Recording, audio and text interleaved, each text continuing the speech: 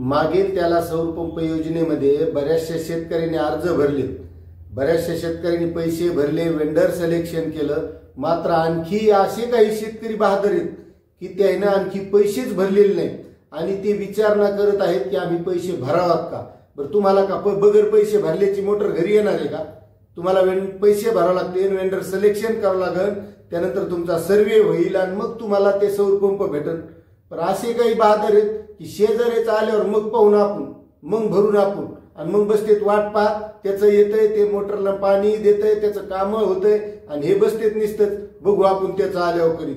आणि आता त्याच शेतकऱ्यांना मला सांगायचंय की तुम्ही आपला अगोदर स्टेटस चेक करा, कारण आणि प्रत्येकानं स्टेटस चेक करा। बऱ्याच जणांनी काय केलं, पैसे भरले पण वेंडर सिलेक्शन आलेलं नाही, त्यामुळे प्रत्येक जण मागे त्याला सौर पंप योजनेमध्ये अर्ज भरलेला आहे त्या प्रत्येक शेतकऱ्यांना आपलं स्टेटस चेक करत राहिलं पाहिजे, कारण आपल्याला कळलं पाहिजे की त्यामध्ये आपण कोणत्या परिस्थितीवर आहोत, आपलं स्टेटस काय आहे, आपली स्थिती काय आहे। त्यामुळे प्रत्येकानं चेक करायचं आणि आजच्या व्हिडिओच्या माध्यमातून आपण हेच बघणार आहोत की हे स्टेटस चेक कसं करायचं।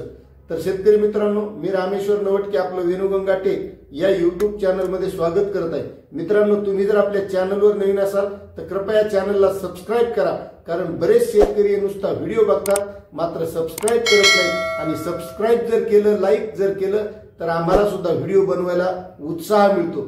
तर शेतकरी मित्रांनो, आपल्या डिस्क्रिप्शन मध्ये लिंक दिलेली आहे, त्या लिंकवर जाऊन आपण स्टेटस चेक करायचं। आता हे कसं करायचंय, तर त्या लिंकला क्लिक केल्याच्या नंतर जे काही फॉर्म ओपन होईल तिथं आपला जो एमके आयडी आहे तो एमके आयडी टाकायचा आणि स्थिती तपासा यावर क्लिक केलं की आपल्याला तिथं लिहून येणार की आपलं स्टेटस काय, आपली स्थिती काय आहे ती बघायची।